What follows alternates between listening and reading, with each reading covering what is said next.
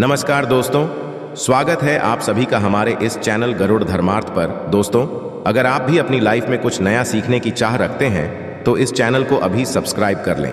दोस्तों, वर्ष 2023 का दूसरा सूर्य ग्रहण 14 अक्टूबर 2023 दिन शनिवार को लगने जा रहा है। यह ग्रहण बहुत ही ज्यादा अद्भुत होने वाला है। इस ग्रहण के दौरान 3 ऐसे खास संयोग बनने वाले हैं जो कि लगभग 175 सालों के पश्चात बन रहे हैं। तो आखिर कौन से ऐसे वह खास संयोग है और ग्रहण के दौरान आपको कौन कौन सी सावधानियां रखनी है, ग्रहण कौन से नक्षत्र में पड़ रहा है, इसके साथ ही हम लोग ग्रहण का सही समय और सूतक काल क्या होगा, इन सभी के विषय में विस्तार से बात करेंगे। ज्योतिष शास्त्र के अनुसार ग्रहण का प्रभाव विशेष रूप से गर्भवती स्त्रियों पर पड़ता है। ग्रहण के दौरान गर्भवती स्त्रियों को विशेष सावधानी बरतनी होती है। सूर्य ग्रहण के दौरान ग्रहण का दुष्प्रभाव गर्भवती स्त्रियों पर रहता है, इसलिए ग्रहण के समय गर्भवती स्त्रियों को कुछ चीजों का परहेज करना चाहिए। सूर्य ग्रहण के दिन गर्भवती स्त्रियों का क्या करना चाहिए और क्या नहीं। लेकिन उससे पहले यदि आप लोग इस चैनल पर नए हैं तो चैनल को सब्सक्राइब करें और वीडियो को भी लाइक कर दें।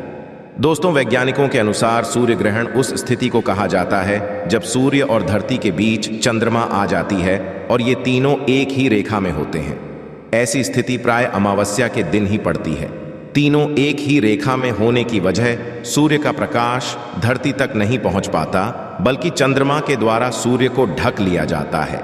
वहीं पर शास्त्रों के अनुसार सूर्य ग्रहण उस स्थिति को कहते हैं जब सूर्य, राहु और केतु के द्वारा ग्रास कर लिया जाता है। माना जाता है इस समय सूर्य कमजोर पड़ जाता है और इस समय के दौरान नकारात्मकता बढ़ जाती है। ऐसे में सूर्य ग्रहण के समय में सभी प्रकार के शुभ कार्य वर्जित माने गए हैं। ऐसे में दोस्तों, सूर्य ग्रहण का आपको जरूर जानना चाहिए।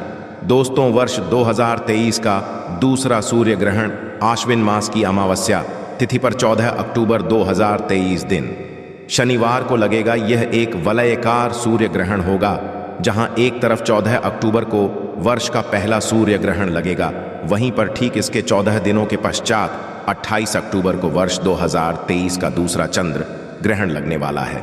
शास्त्रों में बताया गया, यदि एक ही माह में 15 दिनों के अंदर 2 ग्रहण लगे तो यह बेहद ही अशुभ संयोग माना जाता है। ऐसे में आश्विन मास की अमावस्या तिथि पर जहां एक तरफ सूर्य ग्रहण लग रहा है तो वहीं पर आश्विन माह के शुक्ल पक्ष पूर्णिमा तिथि पर वर्ष का दूसरा चंद्र ग्रहण लग रहा है।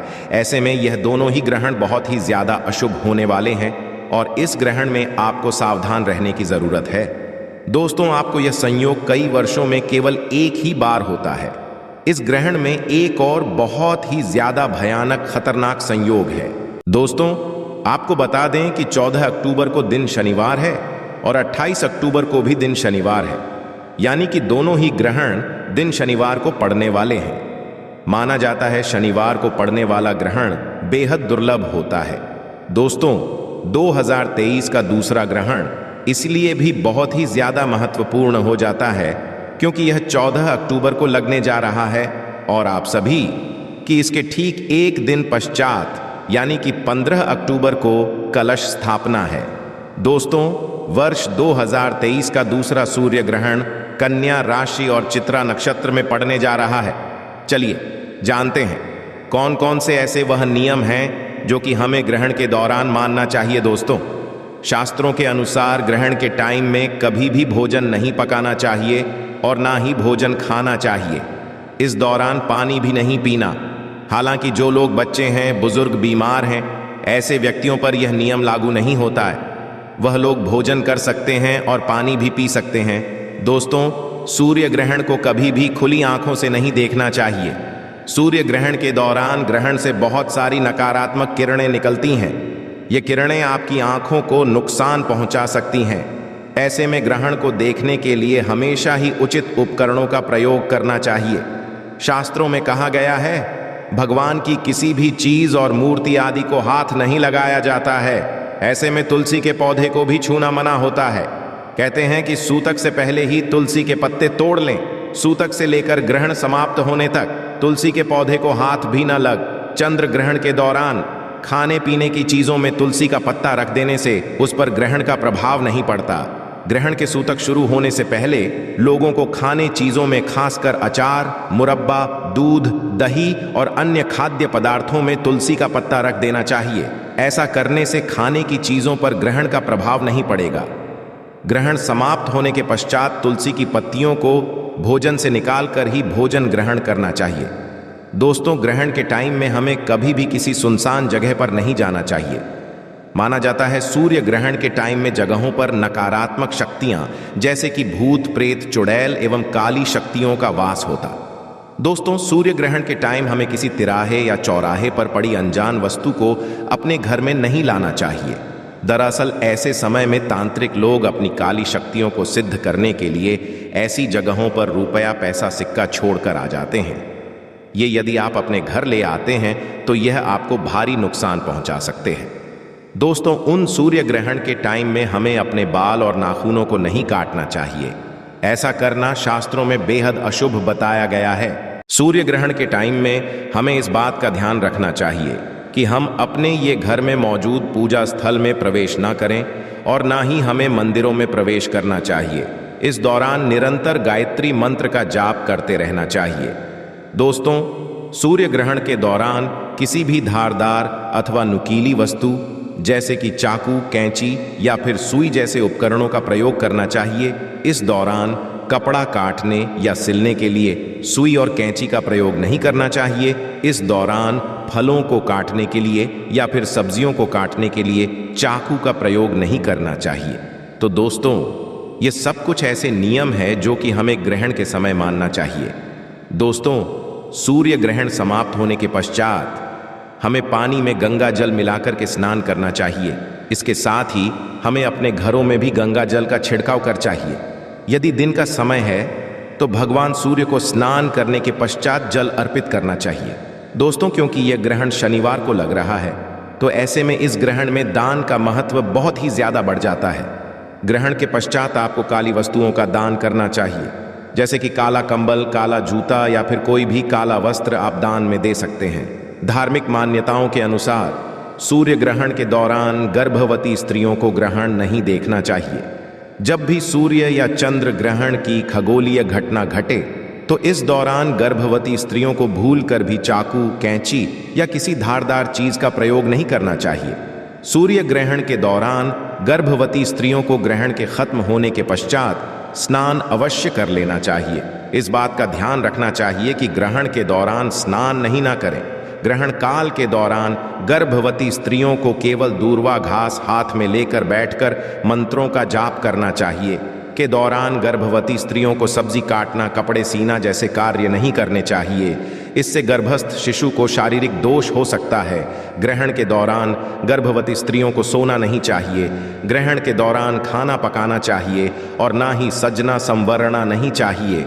गर्भवती स्त्री पर ग्रहण का नकारात्मक प्रभाव ना पड़ी है, इसके लिए उन्हें तुलसी का पत्ता जीभ पर रखकर हनुमान चालीसा और दुर्गा स्तुति का पाठ करना चाहिए। ग्रहण खत्म होने के पश्चात गर्भवती स्त्री को पवित्र जल से स्नान करना चाहिए। ग्रहण के दौरान मानसिक रूप से मंत्र जाप करने से स्वयं के और गर्भस्थ शिशु के शारीरिक और मानसिक स्वास्थ्य पर सकारात्मक और उत्तम असर पड़ता है। सूर्य ग्रहण के शुरू होने से पहले गर्भवती महिलाएं अपनी लंबी यानी कि सिर से पैर तक की लंबाई का एक धागा ले लें। उसके पश्चात उसे एक स्थान पर टांग दें।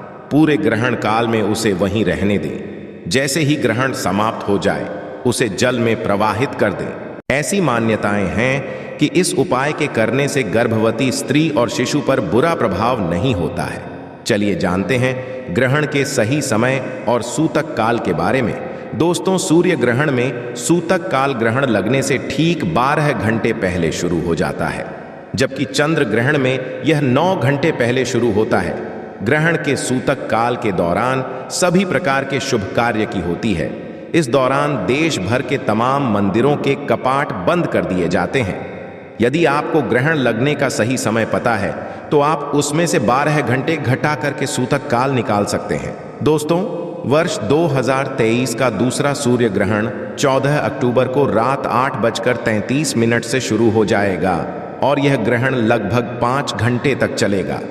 ग्रहण की समाप्ति रात 2:25 पर होगी, या फिर कहें तो 15 को सुबह 2:25 पर चलिए।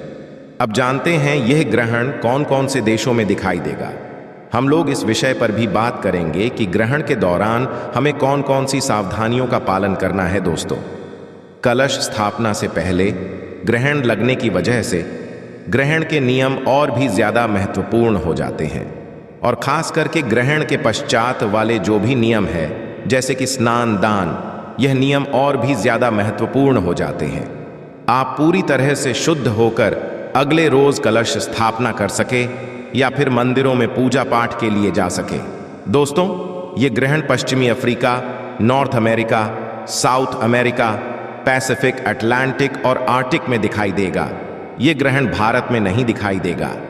अब ऐसे में सवाल होता है कि क्या हमें इस ग्रहण से जुड़े हुए नियमों का पालन करना है। दोस्तों, क्योंकि भगवान केवल एक ही है, तो ऐसे में हमें ग्रहण से जुड़े हुए नियमों का पालन अवश्य करना चाहिए।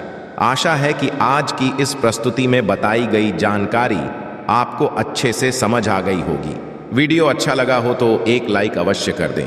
धन्यवाद वीडियो के अंत तक बने रहने के लिए।